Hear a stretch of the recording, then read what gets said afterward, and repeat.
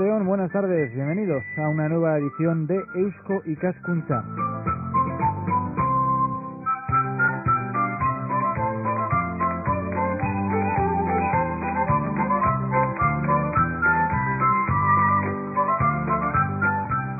Hoy vamos a dedicar la próxima hora, los próximos 55 minutos más o menos, a hablar sobre el síndrome de inmunodeficiencia adquirida. Efectivamente, el SIDA provocado, como saben, por un virus, el VIH, que inutiliza las defensas de nuestro organismo, las bloquea y que a día de hoy sigue dando dolores de cabeza a quienes investigan una posible vacuna contra esta enfermedad, Felipe. En los países occidentales, el índice de infección con el VIH ha disminuido, entre otras cosas, porque se han adoptado prácticas de sexo seguro entre los varones homosexuales. De todas formas, desde finales de los años 90 en el primer mundo, los índices de infección han empezado a mostrar nuevamente signos de haberse incrementado. El SIDA continúa siendo a día de hoy un problema en ámbitos como la prostitución o la drogodependencia. Eso sí, el índice de muertes debidas a enfermedades vinculadas con el SIDA ha disminuido en los países occidentales en la medida en la que han aparecido nuevas terapias efectivas, aunque más costosas, que aplazan el desarrollo de la enfermedad. A la espera de una vacuna que permita la total curación de la misma, aquí, en Euskadi, 20 farmacias, en colaboración con el Plan del SIDA del Gobierno vasco, han puesto en marcha un programa que permite realizarse la prueba rápida del VIH y conocer en apenas 20 minutos si uno está o no infectado. El análisis cuesta en las farmacias 5 euros. Confidencialidad, seguridad y cercanía están aseguradas. Bueno, pues paso a presentarles a nuestras invitadas de hoy. Por un lado tenemos a Arrate Agirrezábal, de la Asociación de Lucha contra el SIDA T4 y miembro, si no me equivoco, del Comité de Investigación de CESIDA, perdón. Sí, está perfecto. Sí, ¿verdad? Sonia Mayordomo, profesora investigadora de la Facultad de Psicología de la Universidad del País Vasco, Arratsaldeon. Arratsaldeon.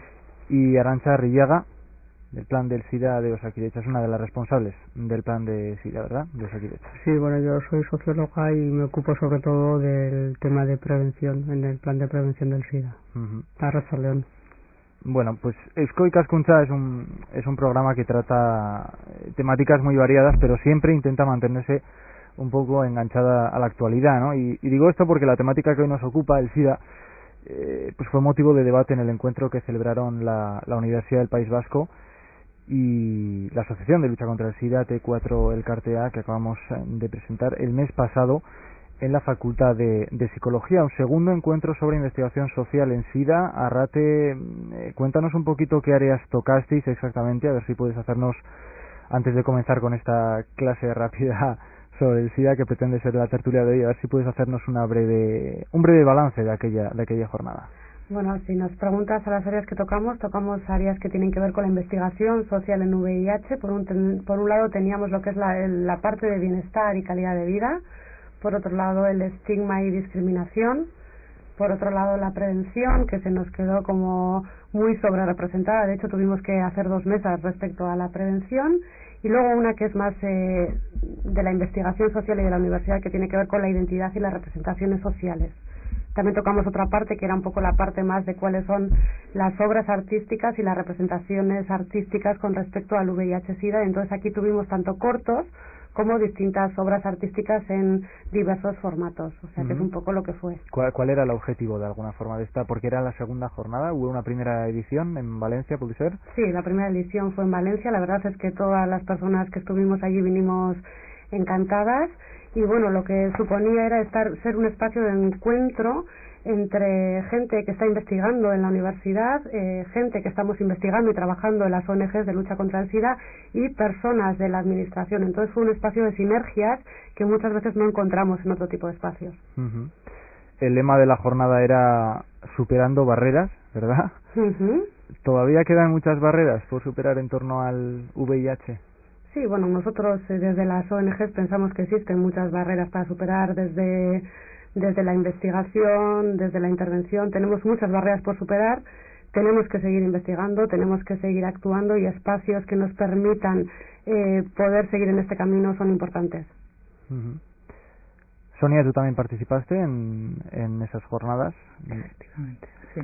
de alguna forma, ¿cómo tomaste parte en esas mesas redondas? De alguna forma, ¿cuál fue la expectación que despertó esa jornada? ¿La participación? ¿Esperabais más? ¿Esperabais menos? Un balance también te pediría a ti. Bueno, inicialmente este encuentro estaba proyectado para que fuera en el área de la investigación social. En la investigación social somos unos cuantos, pero tampoco somos una gran mayoría, ¿no? Hablando en el ámbito estatal. Entonces, estaba previsto que unas 200 personas acudieran y efectivamente así fue. O sea, contábamos como 190 entre personas asistentes, ponentes, comunicantes, etcétera. En este caso, una gran mayoría o un gran porcentaje de las personas que asistieron también aportaban algo.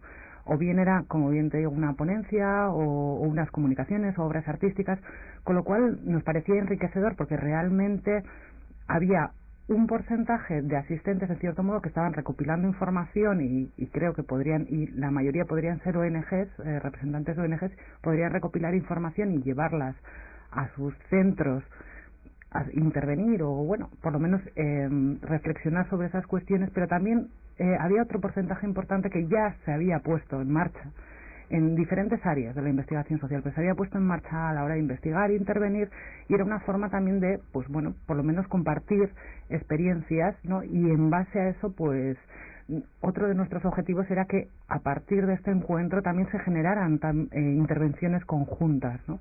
Desde ese punto de vista, mi función en esos encuentros, pues bueno, al igual que Arrate, pertenecía al comité organizador y al comité técnico, la secretaría técnica, con lo cual pues hicimos un poco de todo, desde pues hacer los llamamientos, a hacer las evaluaciones, a contactar con los ponentes, a ser coordinadores en algunas mesas, todo lo que te puedas imaginar. Es lo que toca.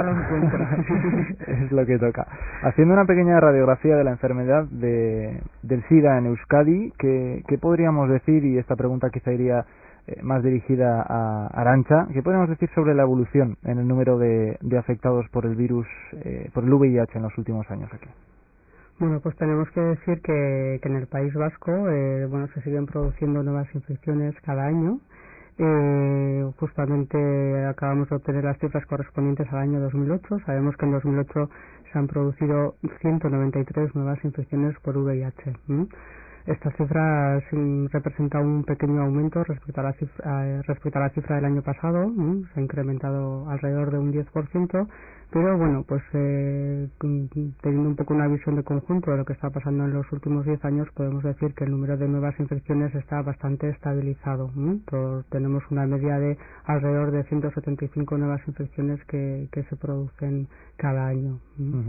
En principio el SIDA puede afectar a cualquier persona, cualquiera que no tome de alguna forma precauciones para evitar esta infección del VIH, pero ¿cuáles son de alguna forma los sectores más afectados o más vulnerables, ¿no? Hablamos de toxicómanos, por ejemplo. El VIH hoy en día se ha convertido en una enfermedad principalmente de transmisión sexual. Del total de casos que se diagnosticaron el año pasado, prácticamente el 80%, 8 de cada 10 casos, se han transmitido a través de relaciones sexuales no protegidas. El VIH puede afectar a cualquiera que mantenga relaciones sexuales no protegidas.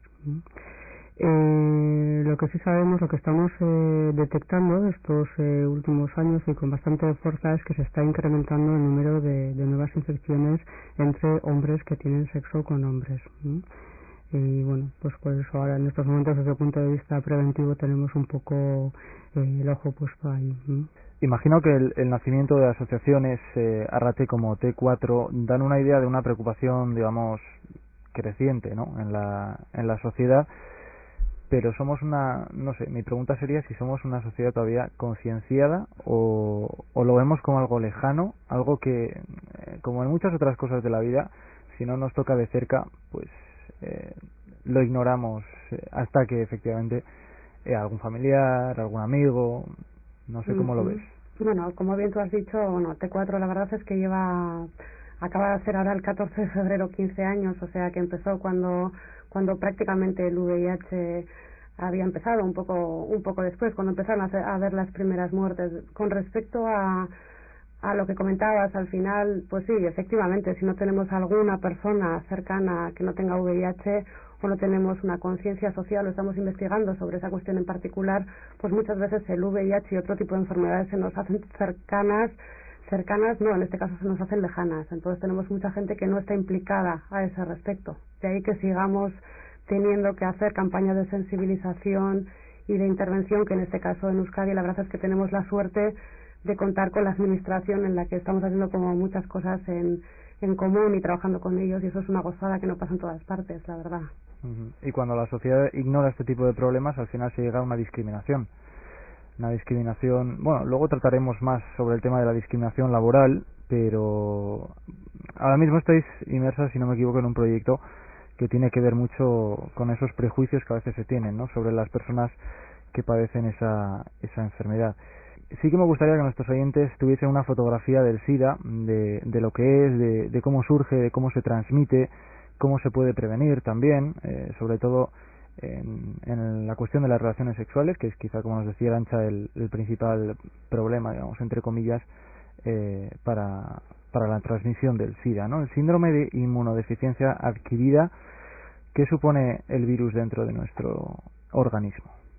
En este caso, como bien has dicho, tenemos 3 vías de transmisión: por sangre, fluidos, en este caso por vía sexual, o vía madre-hijo.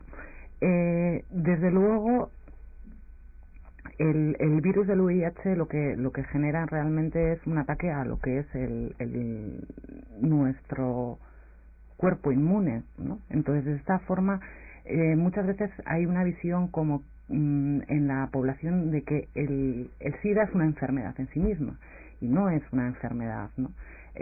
Simplemente es un ataque a lo que es nuestro cuerpo inmunológico. De esa forma nuestras defensas van cayendo en picado y somos susceptibles de contraer cualquier tipo de enfermedad a la que nuestro cuerpo no va a poder atacar o no va a poder hacer frente, y eso va a suponer que esa enfermedad oportunista, que se llama en este caso, pues pueda con nuestro cuerpo y en este caso pues la persona pueda morir.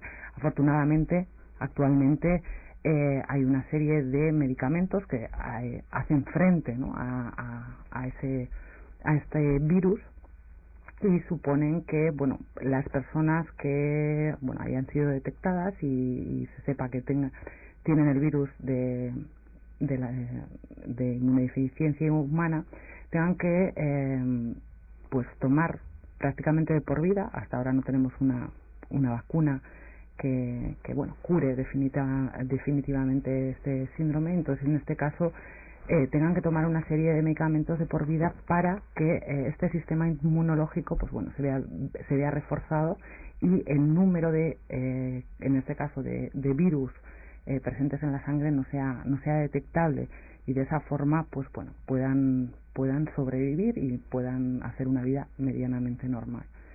Ajá. En este caso se ha convertido desde el año 84, que se sabe del primer caso de SIDA, pues bueno, se ha convertido en una enfermedad crónica que también conlleva el hecho de medicarse de por vida, ¿no? Por lo menos esa es la perspectiva hasta ahora. Puede decirse que se trata de una enfermedad silenciosa, pues como tal no produce síntomas visibles, palpables, en fin, síntomas físicos de que la persona tiene efectivamente ese virus, porque también hay que diferenciar entre la persona que es portadora del virus, del VIH, pero que no desarrolla la enfermedad, y las personas que efectivamente sí que la desarrollan, ¿no? ¿Tarda en desarrollarse la enfermedad del SIDA? ¿De cuántos años, cuánto tiempo estamos hablando? Es muy difícil de medir ese tiempo, ¿no? Desde que una persona es portadora del VIH hasta que desarrolla una serie de síntomas que la hacen definirse como una persona que ha contraído el SIDA.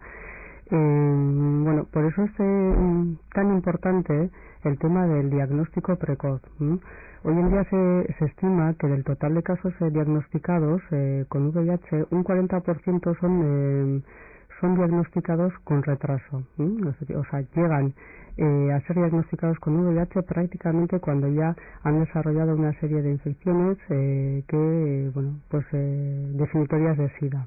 Por eso es tan importante animar a la gente que haya podido tener posibles prácticas de riesgo, animarse a realizarse la prueba del VIH. Decías de la importancia de detectar rápidamente el SIDA, el VIH, el virus del VIH. Hemos sabido, y contigo lo hablaba antes de esta tertulia, que las farmacias vascas han comenzado a poner en funcionamiento esa prueba rápida del VIH, que no sé si es tan fiable o no como las pruebas tradicionales que se hacen sobre el VIH. Hablábamos de que, en fin, si el resultado era negativo no hacía falta una confirmación, pero si el resultado era positivo quizá hacía falta efectivamente acudir a un laboratorio para confirmar si esa persona efectivamente estaba infectada o no. Sí, se ha puesto en marcha hace un par de semanas un programa en piloto en el País Vasco, en Cataluña también, no sé si ha empezado ya o está a punto de empezar. Es un programa pionero en Europa de realización de test rápidos del VIH en farmacias. Es una prueba rápida porque el resultado se da a los 15 minutos. Es una tira reactiva similar al test de embarazo. Sobre esa tira reactiva se depositan unas gotas de sangre, se esperan 15 minutos y sale un resultado positivo o un resultado negativo. Es una prueba que tiene una fiabilidad muy similar a las analíticas de sangre tradicionales. Si el resultado de la prueba es negativo, es negativo en un 100% de los casos, y como has comentado antes, si el resultado es positivo, precisa una confirmación en laboratorio a través de una analítica de sangre, pero la fiabilidad sigue siendo muy alta, es casi de un 100%, es de un 99,7%, pero en cualquier caso siempre el positivo siempre precisa una confirmación posterior. Y hasta el momento la acogida lleva un par de semanas, si no me equivoco, esa iniciativa, la acogida está siendo positiva. La acogida está siendo muy positiva. Calculamos que en este tiempo se han realizado alrededor de 100 pruebas en todo el País Vasco, y sabemos que se ha dado ya un resultado positivo que se ha confirmado. En todas las farmacias existe información sobre este programa. Hay unos carteles informativos de la puesta en marcha del programa con un teléfono de referencia al que se puede llamar para pedir información precisa de qué farmacias son las que están realizando esta prueba.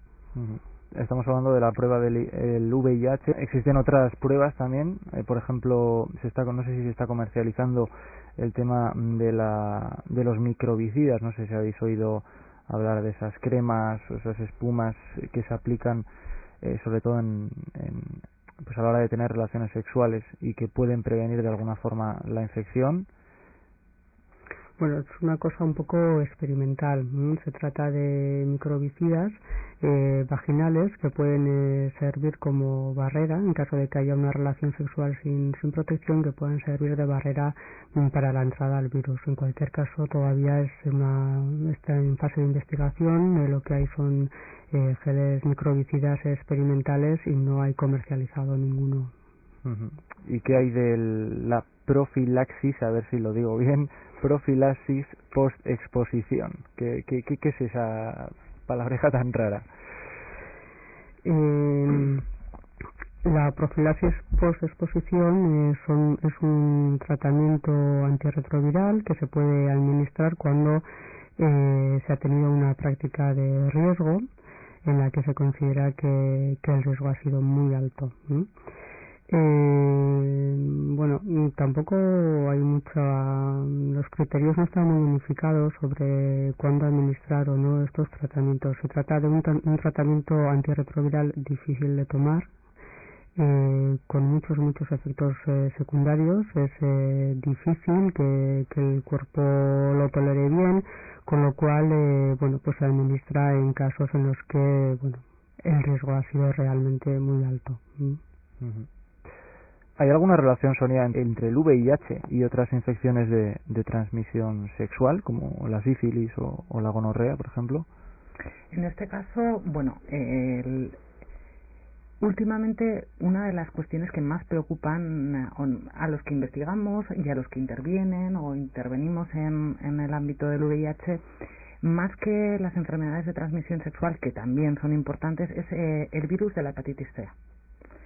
Se ha comprobado que entre las personas seropositivas hay un porcentaje alto de personas que están coinfectadas, es decir, tienen el VIH y además tienen el virus de la hepatitis C, que también es una enfermedad de transmisión sexual, se transmite vía relaciones sexuales.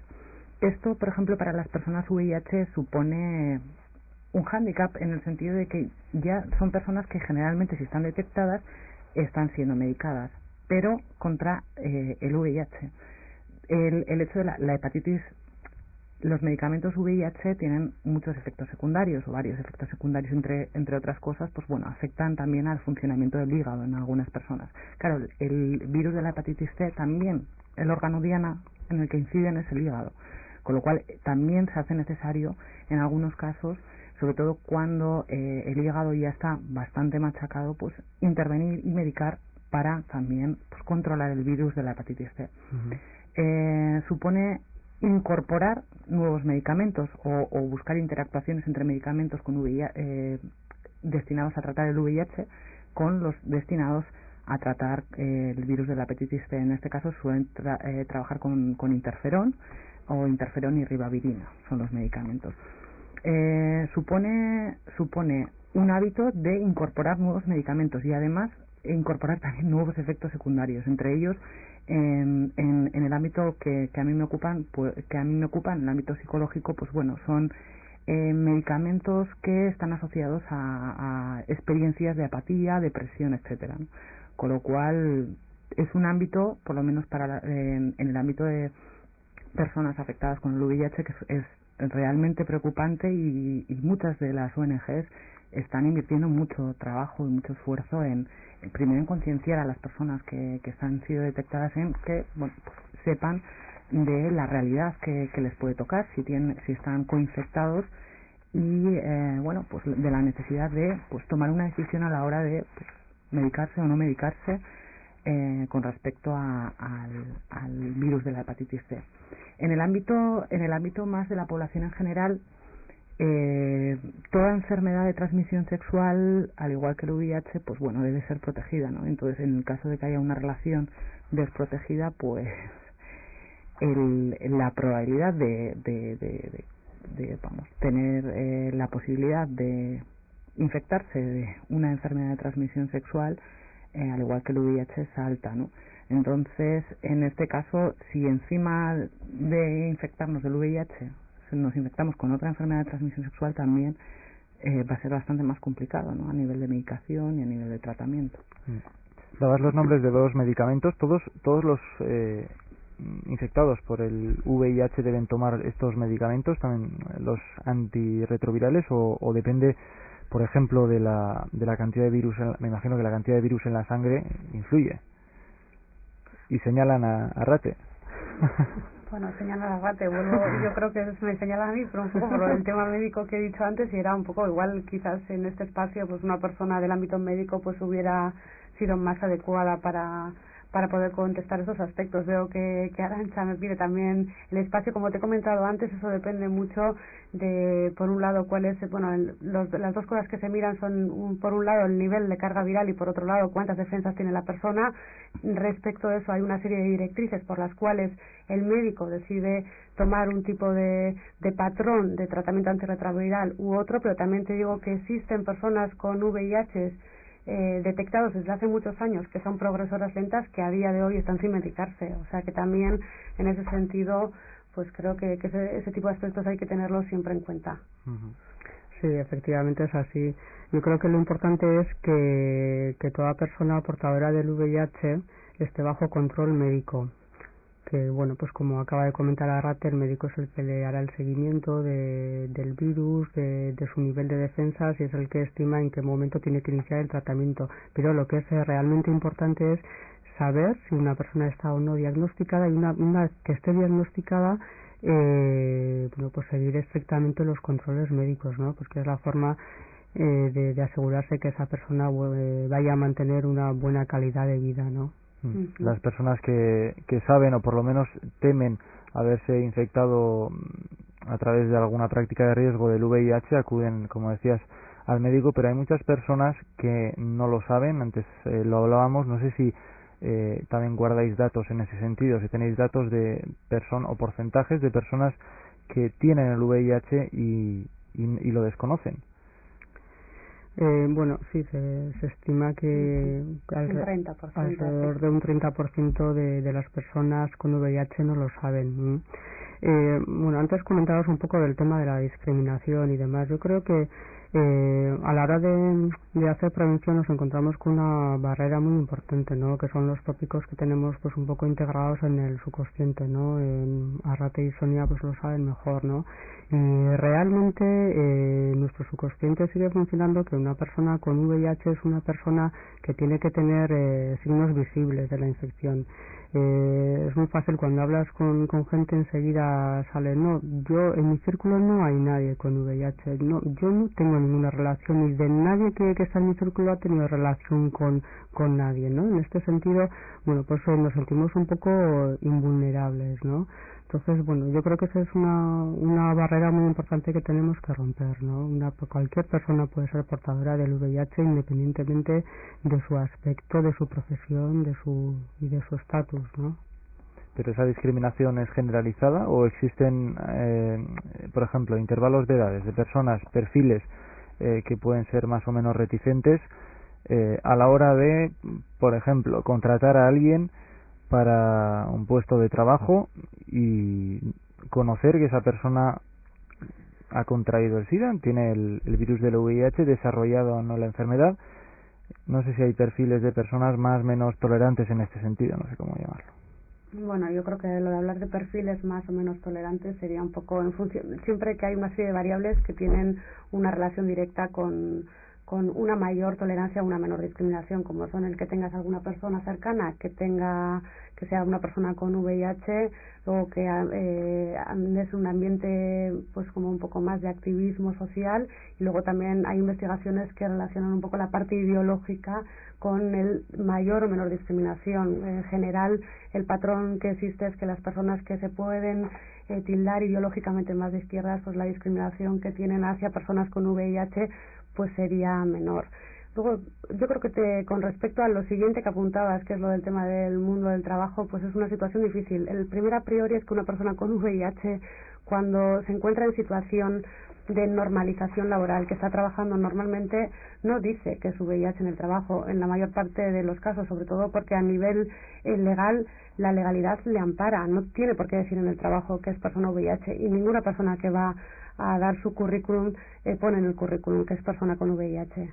O sea, yo creo que uno de los primeros aspectos y el primer a priori es que qué discriminación vive esa persona para esa invisibilidad forzada, y para que yo, si soy persona VIH y estoy realizando mi labor como cualquier otra persona, pues tengo que tener muchas dificultades para poder adecuarme a las citas médicas, para poder tomar la medicación tal y como mi vida de salud me lo prescribe. Esa discriminación también es muy importante, porque tendríamos que llegar a espacios en los que la situación de trabajo y el universo de trabajo fuese un universo solidario, en el que cualquier persona con cualquier tipo de enfermedad podría llevarla si lleva a cabo sus requerimientos de trabajo normalmente. Sonia. En este caso, bueno, incorporando un poco a lo que nos ha comentado Arrate, otro de los aspectos que también se han observado, aparte de lo que es la tendencia política, etcétera, es términos o actitudes más de religiosidad, e incluso actitudes hacia lo que anteriormente se llamaban los grupos de riesgo, ¿no? Los mal llamados grupos de riesgo, ¿no? Se ve que, pues, por ejemplo, personas que tienen pues actitudes menos liberales, podríamos llamarlo, hacia las relaciones sexuales ocasionales, hacia la homosexualidad, hacia la infidelidad, etcétera, ¿no? Las personas que tienen actitudes más positivas hacia eso generan tienen también mayor discriminación hacia personas con VIH o hacia la enfermedad en sí misma, sin tildarla en una persona en concreto.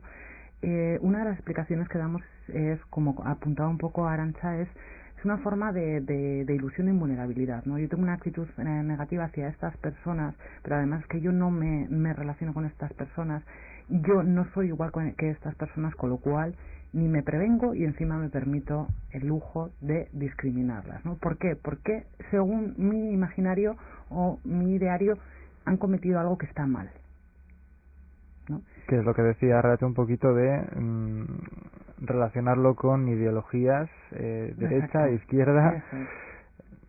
Son ahora estamos hablando en términos de investigación, no vamos a poder personificar y decir una persona que sea sí, de no, derecha, efectivamente, tal. generalizar siempre, casi siempre es meter la pata, pero bueno. Entonces y puede venir una persona y puede decir, pues bueno, yo soy de derechas y tengo unas actitudes homófobas, etcétera, pero bueno, yo no discrimino. Bueno, estamos hablando en términos de estadísticas. Sí hay una tendencia, ¿no? En este caso sí se observa. Quizás es una forma, desde el ámbito psicológico se ha intentado poner un poco o dar una explicación a eso, ¿no? Y se habla de ese intento de autoprotegernos, tener una ilusión de invulnerabilidad. Como yo ni me relaciono, etcétera, pues ni me prevengo, y además como yo concibo que han hecho algo malo, pues mira, haya cuidados, o sea, me puedo permitir el hecho de discriminar o decir algo negativo con respecto a estas personas porque socialmente no se han comportado como deberían de comportarse, ¿no? Siempre se hace también la comparativa entre otras enfermedades como puede ser el cáncer o enfermedades como es el VIH, ¿no? A las que se les da un protagonismo a la persona, ¿no? Y se dice, bueno, pues en cierto modo tú has sido culpable de tu propia una especie de castigo, ¿no? Exacto. Afortunadamente cada vez es menos, ¿no? Pero bueno, todavía. Claro, yo me refería perdura. antes, igual la palabra perfil no era la correcta, yo me refería a ver si generación tras generación se va notando menos discriminación en este asunto o al revés. Yo creo que si hiciéramos un análisis a nivel de edad, pues probablemente encontraríamos la población más mayor con actitudes más conservadoras, con lo cual también puedan ser actitudes más discriminadoras, ¿no? Pero en este caso no es el efecto de edad en sí, sino el momento, o sea, la edad en sí misma un factor explicativo, sino un poco todas las variables que rodean y toda la historia que lleva esa persona en sí misma. No sé hasta qué punto la gente joven sea más tolerante. Aparentemente nosotros en psicología hablamos de actitudes, pero muchas veces hablamos de actitudes explícitas y actitudes implícitas, ¿no? Lo que se está encontrando, no en el ámbito del VIH, pero me acuerdo, por ejemplo, en el ámbito de la homosexualidad, por ejemplo, se nos decía que las actitudes explícitas hacia las personas homosexuales, por ejemplo, son con el paso de los años, o sea, trabajando a nivel de edad, ¿no? Generaciones, pues parece que hay actitudes más positivas. Sin embargo, cuando hablamos de unas actitudes implícitas, utilizamos unos mecanismos que ni vale la pena explicarlos, ¿no? Pero es un poco redundar en el inconsciente de las personas, las diferencias no son tales. Con lo cual, tenemos que tener cuidado con lo que se nos dice de viva voz y lo que pensamos. Y ahí entra la hipocresía, me imagino, ¿no? La diferencia nosotros somos más entre actitudes explícitas e implícitas, hay... la deseabilidad social. Somos más políticamente correctos si hablamos de deseabilidad social. Sí. O sea, al final contestamos tal como nosotros pensamos que el interlocutor está esperando que contestemos, ¿no? Uh-huh. Es un poco bien queda, como sabemos decir, sí. ¿no? Eso es un poco una de las desventajas de las encuestas, ¿no? Sí. Y cada vez que haces encuestas, pues bueno, como en la política, ¿no? Aquí votar a unos partidos a otros, pues bueno, parece que está peor visto, ¿no? Pero antes nos decía Rate que en el asunto de la inserción laboral, pues que lógicamente una persona no tiene por qué decir que está infectada por el VIH cuando va a buscar trabajo, ¿no? Cuando presenta su currículum, efectivamente. Pero ya desde el punto de vista de las relaciones sociales, con los amigos, con la familia, se tiende a contar ahora más que efectivamente que una persona se tiende a reconocer, o todavía hay un miedo, hay un pudor, no se ha superado esa barrera. Mira, yo te puedo decir un poco desde el día a día que vemos en la Asociación T4. En la Asociación T4 tenemos psicoterapia. Te puedo decir que la psicoterapia está a tope, o sea, y es porque hay muchos espacios, por un lado, de perfiles de soledad, de personas que tienen el VIH desde hace mucho tiempo y no tienen muchos espacios donde contarlo. O sea, se encuentran con nuestro psicoterapeuta, hablan con él encuentren en el Café Positivo un espacio, o en el grupo de ayuda mutua un espacio, pero no tienen otros espacios. Muchas veces son las madres y las hermanas esas interlocutoras válidas. Y luego tendríamos el otro perfil, que es el perfil de recién conocedor, persona recién infectada, que viene pues bien recomendada porque ha llamado al plan del SIDA, bien recomendada por el hospital de referencia, que necesita contárselo a alguien.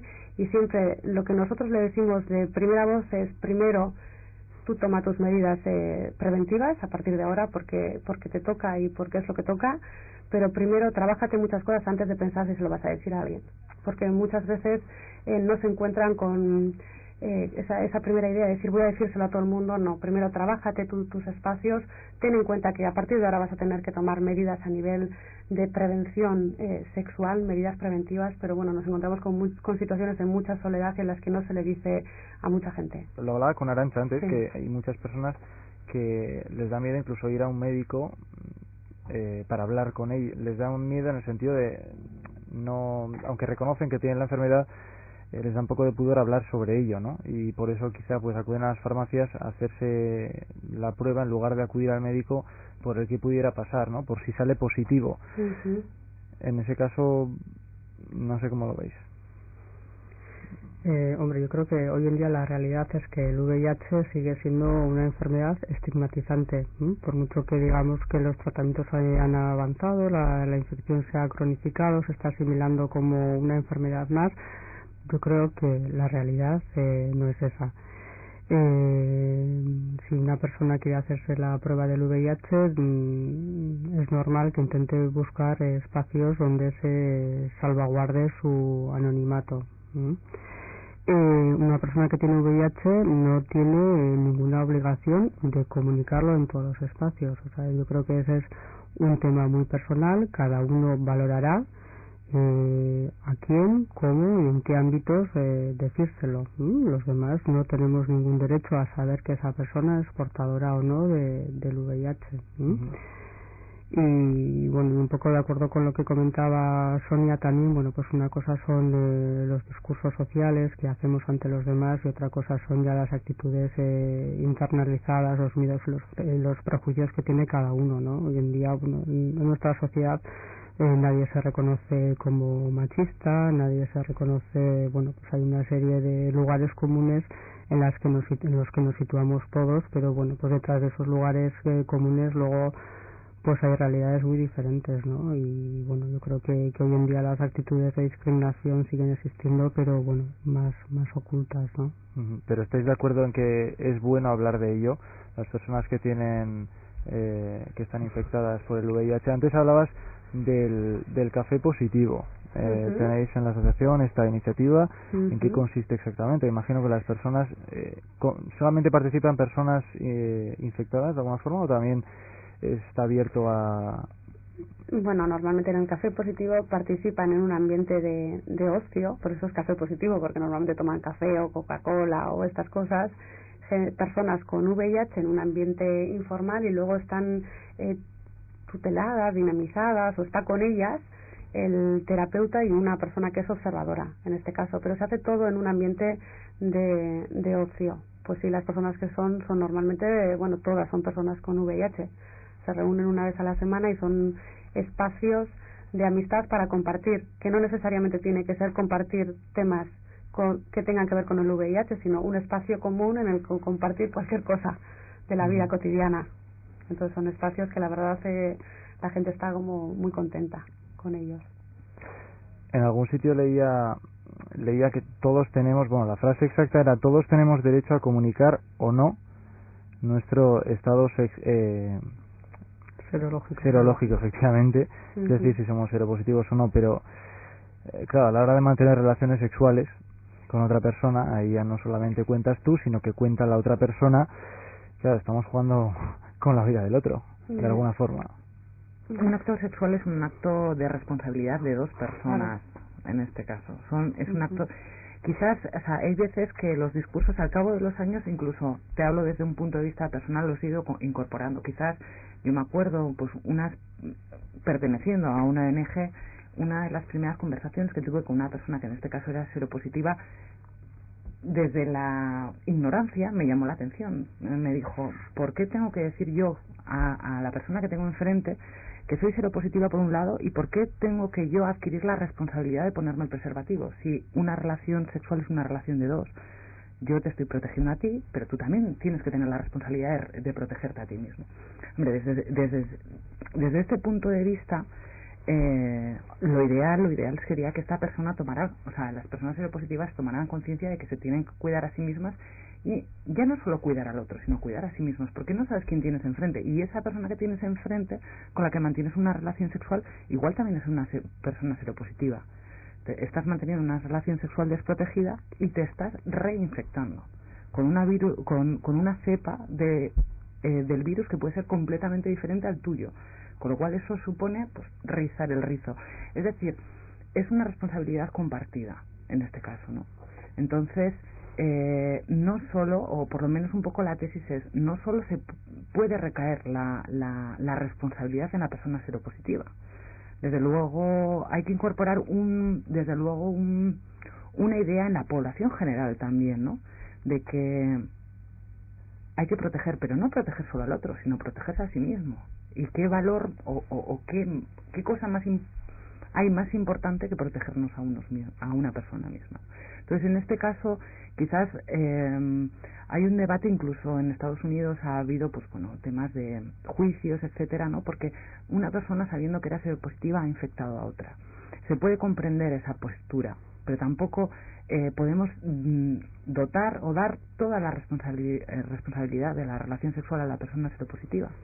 En este caso, protegernos es responsabilidad de todos, ¿no? Uh-huh.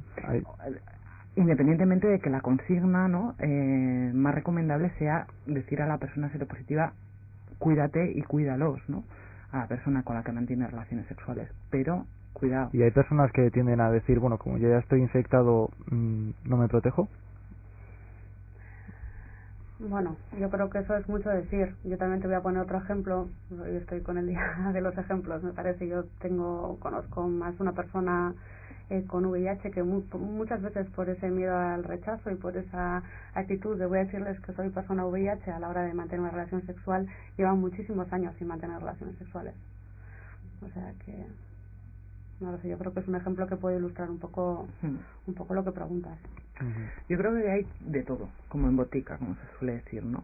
De todas formas, yo no creo que sea el porcentaje más saliente de personas que no se protejan por el mero hecho de ya ser seropositivas. Quizás puede ser, hay una visión en Estados Unidos, personas seropositivas, generalmente pues de homosexuales, etcétera, que practican determinados ritos, ¿no?, en plan ruleta rusa. Yo creo que es anecdótico, no creo que sea algo generalizable. Sí es verdad que a lo mejor ese tipo de noticias generan mucha alarma a la población general, ¿no?, pero no creo que sea el ámbito, o sea, ni el discurso generalizable desde este punto de vista. ¿Y cómo afectan factores, cómo influyen factores como la percepción del control, por ejemplo, a la hora de ponerse o no un preservativo en una relación sexual? Arantxa, en este caso, la percepción de control es una variable que es realmente importante, junto con las actitudes que tengamos hacia el VIH, hacia el preservativo, hacia las personas con VIH, etcétera. La percepción de control, en cierto modo, que no la ilusión de control. Después, si quieres, podemos hacer una diferenciación. La percepción de control es una de las variables que más se está introduciendo en lo que es en el ámbito de la intervención en prevención en VIH. En cierto modo, en los programas de intervención afectivo-sexual que se están haciendo en diferentes escuelas, etcétera, ¿no?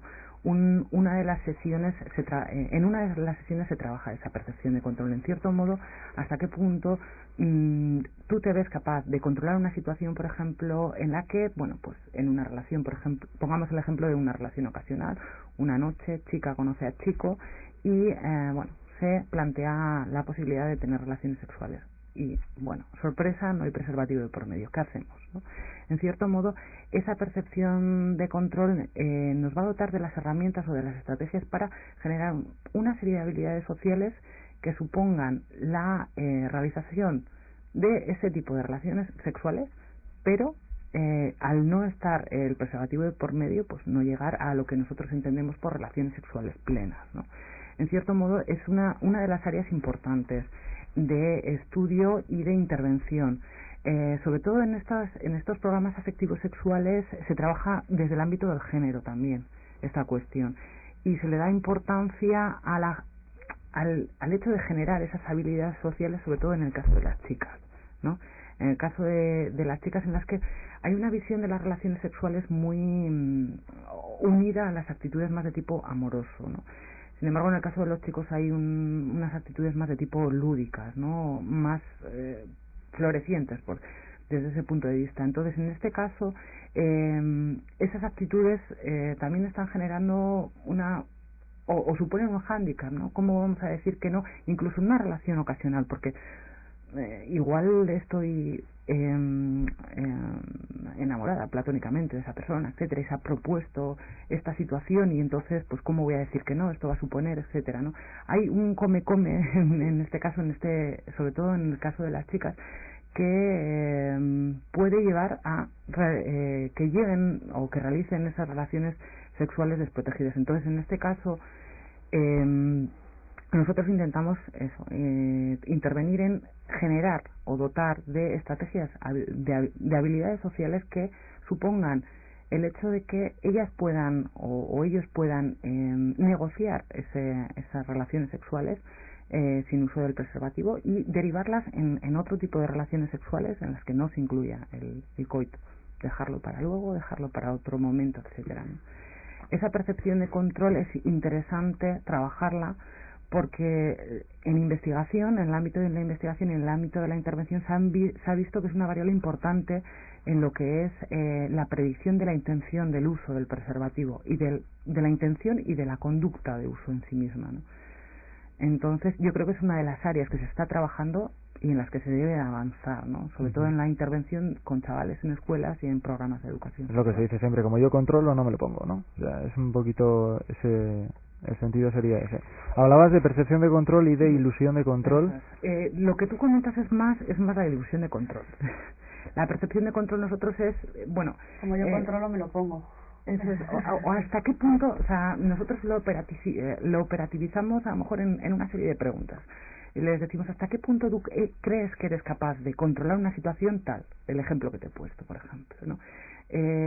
Y hasta qué punto crees que la demás gente es capaz de hacerlo, ¿no? Entonces, esa percepción, la primera pregunta responde un poco a la percepción de control. Queremos observar si ellos se ven capaces de controlarlo. Y en segundo término, observar qué tipo de estrategias utilizan para poder controlarlo. Sin embargo, cuando hacemos una comparativa, hablamos de ilusión de control cuando hacemos esa comparativa entre yo frente a los otros, ¿no? Generalmente solemos tener una ilusión de control, es decir, nosotros creemos que somos capaces de controlar esa situación de relación sexual desprotegida o de no mantener una relación sexual desprotegida más o mejor que los otros.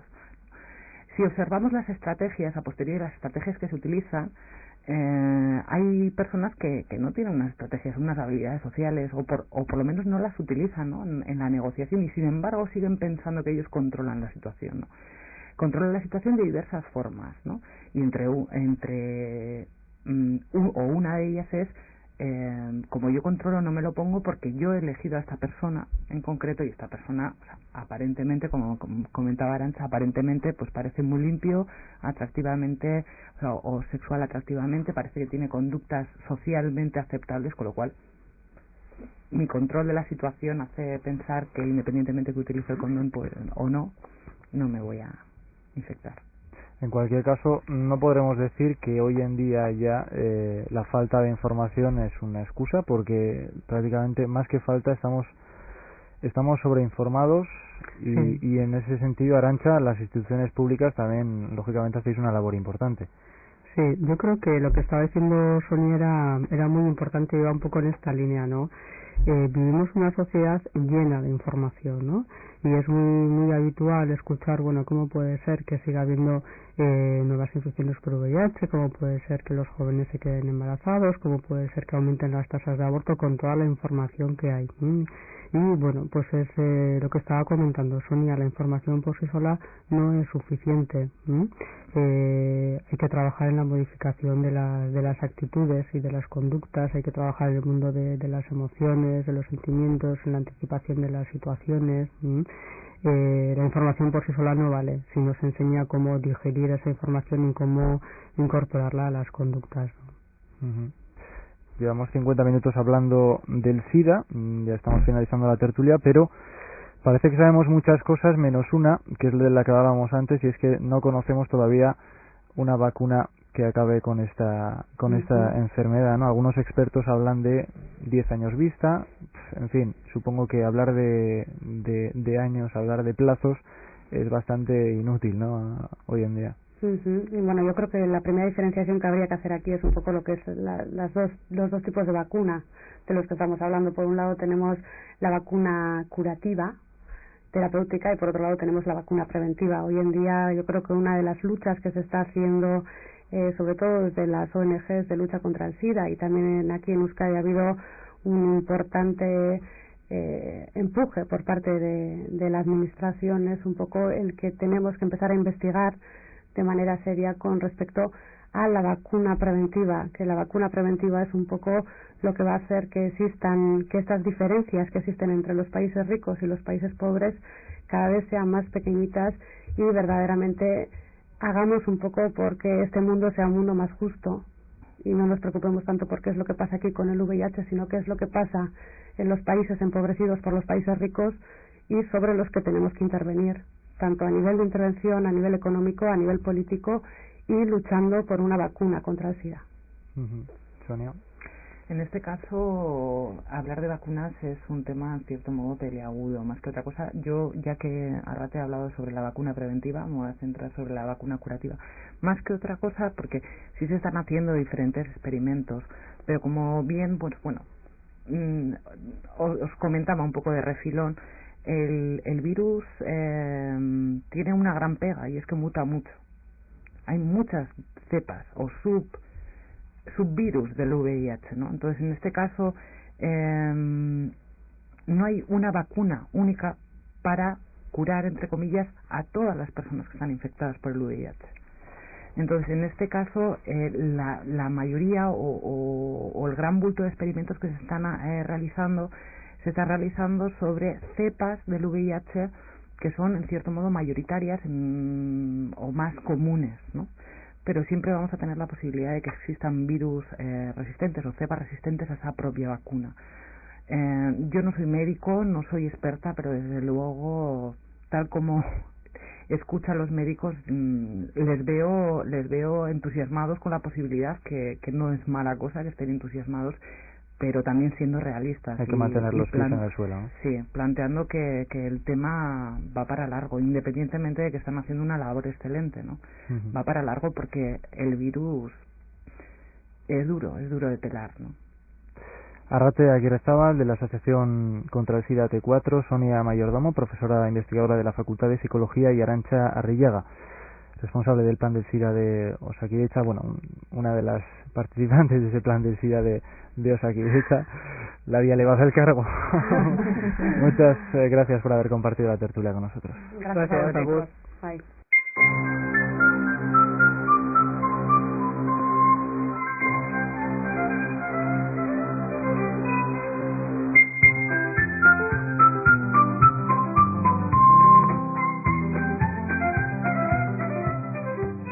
Y antes de terminar, como siempre, les recordamos las dos vías de contacto con este programa. Por un lado, la página web de Eusko Ikaskuntza, www.eusko-ikaskuntza.org, y una segunda vía, nuestro correo electrónico euskoikaskuntza@errit-irratia.com. Es todo lo que teníamos que contaros por hoy. Ya sabéis, el próximo sábado volveremos con un nuevo tema y con nuevos invitados aquí a Eusko Ikaskuntza. Ondo izan, agur.